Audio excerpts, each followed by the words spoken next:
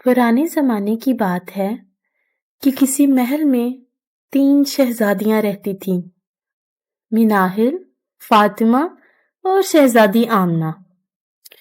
तीनों को सैर करने का बहुत शौक था। उन्हें जब भी मौका मिलता, वो घूमने फिरने निकल जाती। एक दिन शहज़ादी आमना ने इनको एक खूबसूरत जंगल के बारे में बताया। मिनाहिल और फातिमा शहज़ादी फौरन से मान गईं। लिहाजा अगले दिन तीनों शहजादियां जंगल पहुंच गईं।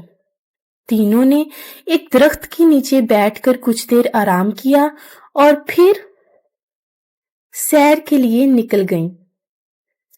जंगल में सैर करने में इन्हें बहुत मजा आ रहा था, क्योंकि जंगल वाकई बहुत खूबसूरत था। प्यारे जानवर जैसे खरगोश, हिरन वगैरह सब इस जंगल में मौजूद थे। वो जंगल की सैर करते रहे और जानवरों के साथ खेलते रहे। इन तीनों ने अपना आधा दिन खेलने और सैर करने में लगा दिया। खेलते खेलते शहजादी मिनाहिल का पांव किसी चीज से टकरा गया। इसने देखा तो वो एक डिब्बा था।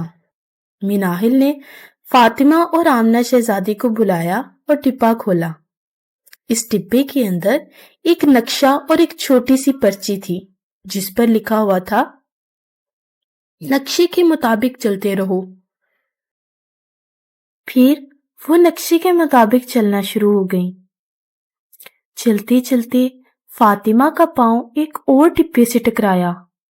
इस डिब्बे में से भी एक पर्ची निकली, जिस पर लिखा था कि तुम जल्द ही एक ऐसे घर में पहुंचोगे जहां एक लड़की कैद है। इन तीनों ने पर्ची पढ़ी और कहा, हम इस लड़की को कैसे बचा सकते हैं। कुछ देर चलते चलते मिनाहिल शहजादी को एक और डिब्बा नजर आया, जो पिछले 2 डिब्बों जैसा था। मिनाहिल ने फातिमा और आमना शहजादी को रोका और डिब्बे को खोलकर इसमें से पर्ची निकाली। इसमें लिखा था कि एक लड़की जादूगरनी की कैद में है, इसे बचाना है। जादूगरनी की छड़ी छीननी होगी और फिर ही वो लड़की खतरे से बच सकती है। ये पढ़कर तीनों सोच में पड़ गईं कि हम ये कैसे करेंगी। फिर वो तीनों ये सोचकर चलती रहीं कि इस लड़की को बचाना है। अब वो इसके घर के सामने थी। उन्होंने देखा कि घर का दरवाजा खुला है। वो तीनों आहिस्ता आहिस्ता घर के अंदर घुस गईं और उस लड़की को ढूंढने के लिए अलग अलग हो गईं। उन्होंने सारे कमरे देखे, लेकिन वो लड़की ना मिली। अब तीनों सीढ़ियां चढ़कर ऊपर चल गईं। ऊपर 2 कमरे थे। उन्होंने एक कमरे को देखा तो वहां कोई भी नहीं था।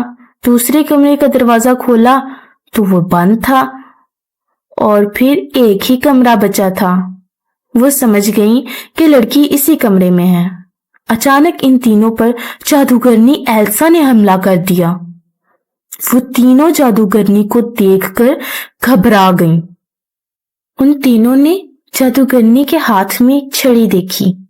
उन्हें याद आया कि दरवाजा खोलने के लिए यही छड़ी दरकार है। जादूगरनी छड़ी से बिजली जैसी एक रोशनी निकालने लगी। शहजादी मिनाहिल और शहजादी आमना से शहजादी फातिमा ने कहा कि तुम दोनों जादूगरनी का ध्यान बटाओ और मैं कुछ करती हूँ। मिनाहिल और आमना जादूगरनी का ध्यान बटाने में मसरूफ हो गईं। शहजादी फातिमा सामने वाले कमरे से कुछ लेने के लिए चली गईं। अब फातिमा शहजादी कमरे से बाहर आई और जादूगरनी से कहने लगी, हिम्मत है तो मुझे मार कर दिखाओ। ये सुनकर मिनाहिल परेशान हो गई।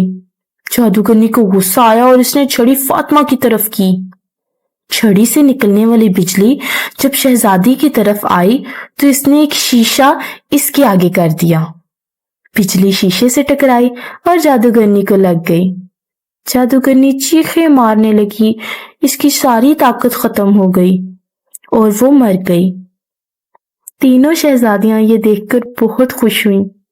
उन्होंने देखा कि छड़ी छोटी होते हुए एक चाबी बन गई। उन्होंने चाबी पकड़ी और दरवाजा खोला।